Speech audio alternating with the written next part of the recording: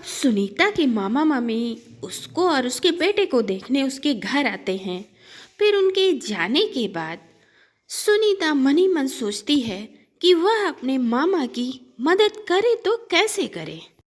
फिर अचानक से सुनीता की माँ का फोन आ जाता है। अरे क्या हुआ सुनीता बेटी, तू परेशान क्यों है? क्या मामी ने कुछ कहा क्या? अरे माँ छोड़ो ना मामी की बातों को, उनकी बातों को तो मैं कुछ मानती ही नहीं। वो तो है ही ऐसी, सारा दिन बैठकर घर में बस लोगों की बुराई करती हैं। ना ही उन्होंने मोनिका की शादी की और ना ही राकेश भैया को किसी लायक बनाया। अरे माँ दुनिया कितनी आगे बढ़ रही है, लोग कहाँ पहुँच गए, लेकिन वो लोग आज भी बस कमरे में बैठकर लोगों पर टिप्पणी कसते हैं, तंज कसते हैं। मुझे तो अपने भाई पर गर्व है मोनिका। हाँ मम्मी, लेकिन मामा के चेहरे पर वो चमक नहीं थी। वो आए तो थे लेकिन उनकी बात में वो खनक नहीं थी। अरे अब मेरा भाई बेचारा करे भी तो क्या करे, वो अपने परिवार से ही हार गया है। अरे सुनीता बेटा, तू तो जानती है अपनी मामी और मामी के बच्चों को। अगर मेरा भाई कुछ बोलता भी तो तेरी मामी और तेरा ममेरा भाई ममेरी बहन सब मेरे भाई के ऊपर चढ़ जाते। पर माँ हम तो मामा को फ़ोन कर सकते हैं ना।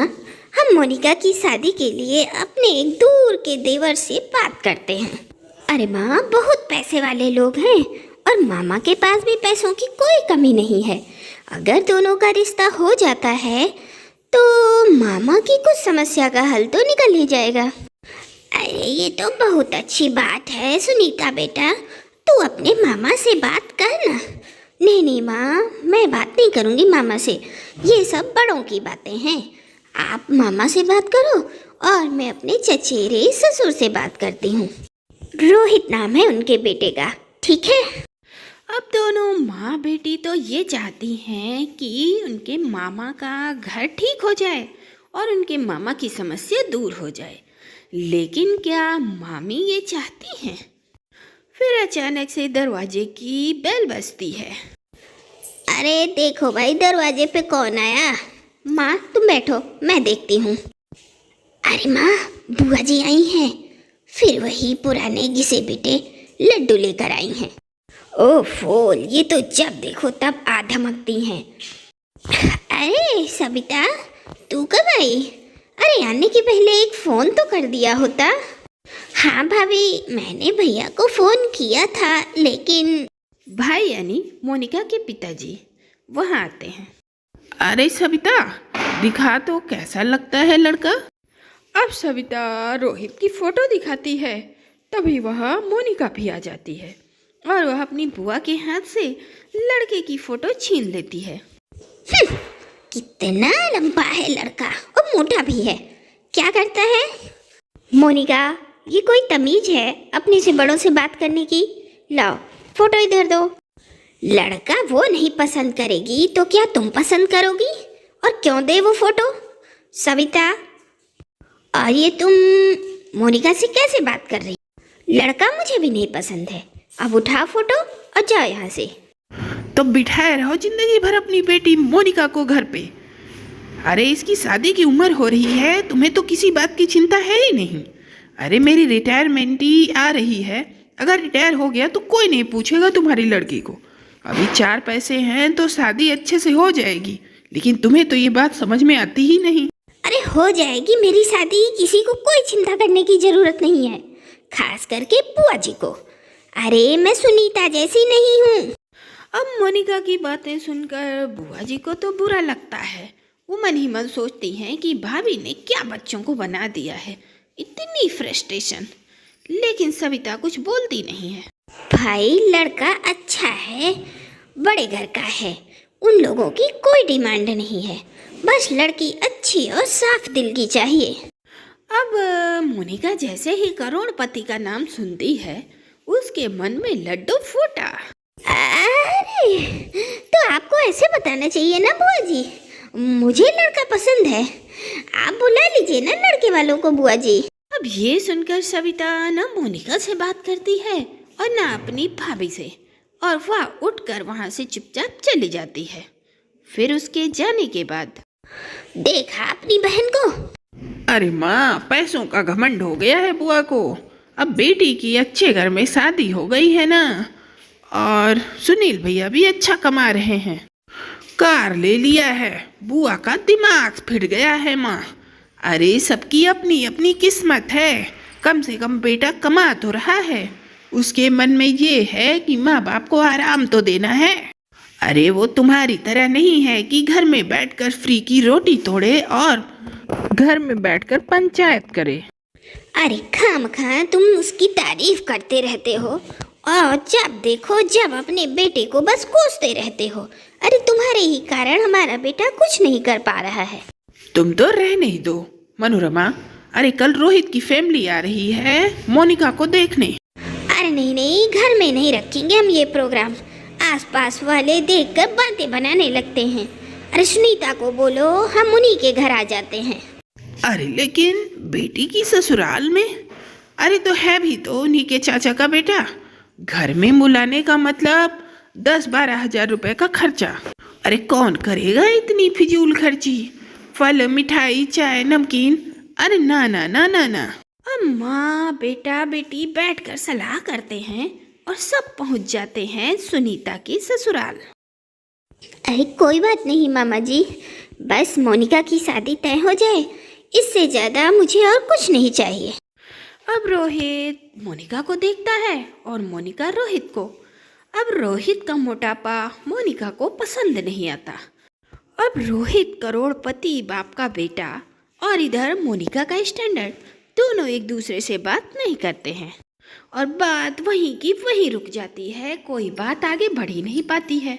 फिर दोनों फैमिली अपने अपने घर चली जाती हैं और फिर घर जाने के बाद मोनिका और मोनिका के भाई और माँ बैठकर शुरू कर देते हैं पंचायत।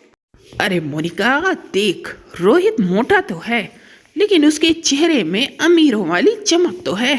अरे वो किससे, मर्सिडीज से आया था, मर्सिडीज से। हाँ वो तो ठीक है भैया, पर अब क्या कर सकते हैं, मैंने तो मना कर दिया। अरे हाँ हाँ तो क्या हो गया, हम सुनीता से बोलते हैं, वो कर लेगी बात। आखिर हम लोगों ने कितना किया है उन लोगों के लिए, और वैसे भी तुम तो उसके मामा की बेटी हो, तो क्यों नहीं करेगी भला, वो इतना तो कर ही सकती है हमारे लिए। और वो भी वो मामा जिन्होंने उनके लिए क्या नहीं किया।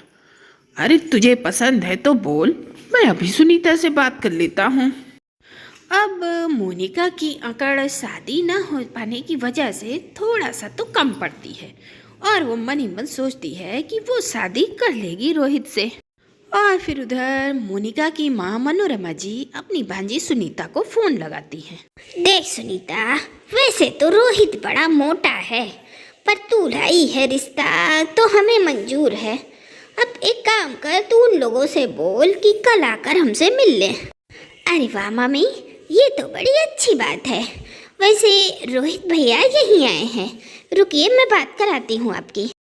अरे रोहित भैया, वो उनकी मोनिका के घर से फ़ोन है, वो आप लोगों से बात करना चाहते हैं।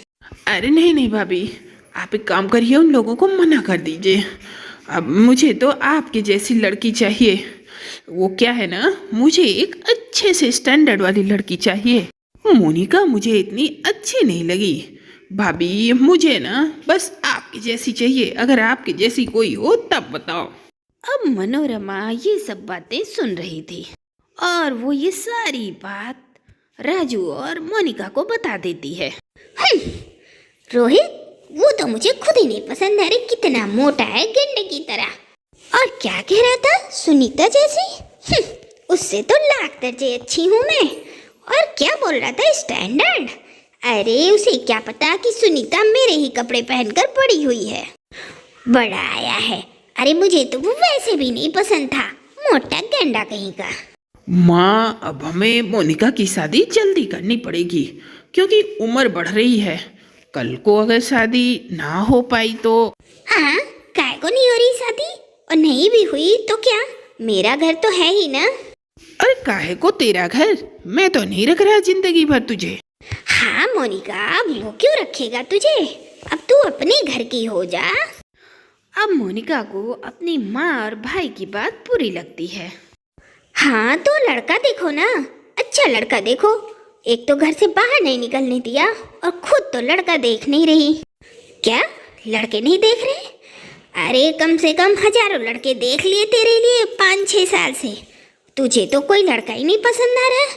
कोई मोटा है, कोई लंबा है, कोई छोटा है, कोई कम कमाता है। हाँ तो आप क्या चाहती हो कि मैं किसी से भी कर लूँ शादी? सड़क पे सुख खड़ी नहीं हूँ, ये तो मेरा भी घर है। हाँ है, लेकिन हमेशा के लिए नहीं है। अब ऊपर का पोर्शन तो मैं किराए पर दे दूंगा और नीचे मैं खुद रहूंगा। फिर कहाँ रहेगी तू? अरे ये क्या बोल रहा है तू राजू? मैं और पापा कहाँ जाएंगे? अरे माँ, मैं अभी के लिए नहीं बोल रहा, जब आप दोनों नहीं रहोगे तब के लिए मैं बोल रहा हूँ। माँ ये कहना चाह रहा है कि आप दोनों मर जाओ। देखो देखो अपने बेटे की सोच, क्या चाहता है ये। अब मनोरमा अपने सर पे हाथ रख लेती हैं कि उनके बच्चे ये क्या बात कर रहे हैं। तभी ये शोर सुनकर वहाँ पर उनके पिताजी आ जाते हैं। राजू, मेरी हड्डियाँ जवाब दे चुकी हैं बेटा। मेरे घुटनों में इतना दम नहीं रहा। अब मैं नौकरी नहीं कर सकता। अब जाकर कोई काम देख और घर संभाल। मैं अब घर में रहना चाहता हूँ। अरे आराम करना चाहते हो? अरे सारा दिन घर में रहकर करोगे क्या? अरे काम पर जाते हो तो 4 पैसे तो आते हैं घर में, और सारा दिन घर में बैठे बैठे करोगे क्या? अरे वही जो तुम तीनों घर में बैठकर करते हो, सारा दिन पंचायत। अरे तुमने बच्चों के साथ बैठकर सबकी बुराई की, बच्चों को घर से बाहर नहीं निकलने दिया, सारा दिन घर में बैठकर बच्चों के साथ बातें बनाती रही, इसी में सारा समय गुजार दिया। अरे जमाना आगे से आगे बढ़ता जा रहा है और तुम्हारे बच्चे वहीं के वहीं हैं। जानती हो क्यों? अब माँ सर झुका लेती है और सारा घर खड़ा होकर सिर्फ अपने पिता को सुन रहा था। अरे बच्चों के भविष्य के लिए जिम्मेदार माँ ही होती है। अगर माँ कर्म अच्छे करेगी तो बच्चे आगे ही आगे बढ़ेंगे। अरे लोगों को का लोग क्या बोलेंगे? उन्हें तो बस आगे बढ़ना है, दूसरों को पीछे छोड़ना है। और फिर उस दिन के बाद से राजू भी एक अच्छी नौकरी ढूंढकर काम पर जाने लगा और हमारी मोनिका की शादी भी एक अच्छे घर में हो गई।